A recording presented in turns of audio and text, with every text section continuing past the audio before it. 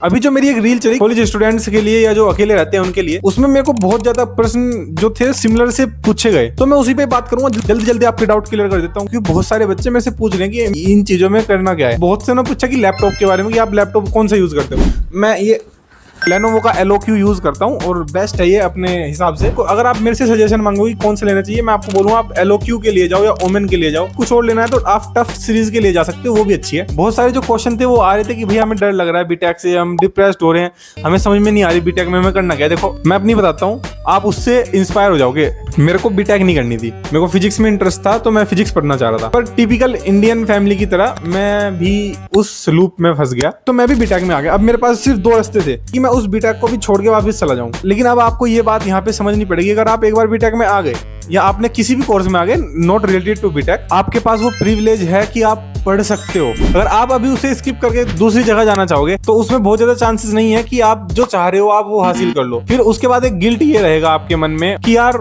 इससे अच्छा तो मैं वही कर लेता।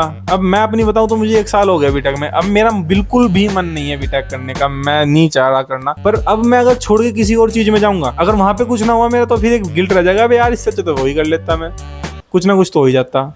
और एक बात यह है कि अगर आपने किसी चीज की शुरुआत कर दी तो नो मैटर हाउ आपको उसका अंत करना ही है। आपको उस चीज को अच्छी तरह से फिनिश करने की अपनी पूरी कोशिश करनी है, अपनी जी जान डाल दो। मैं भी डाल रहा हूँ। कोडिंग वोडिंग से आप थोड़ा फेमिलियर हो तो आपके लिए तो वैसे भी कुछ हार्ड होने नहीं वाली। मैं थोड़ा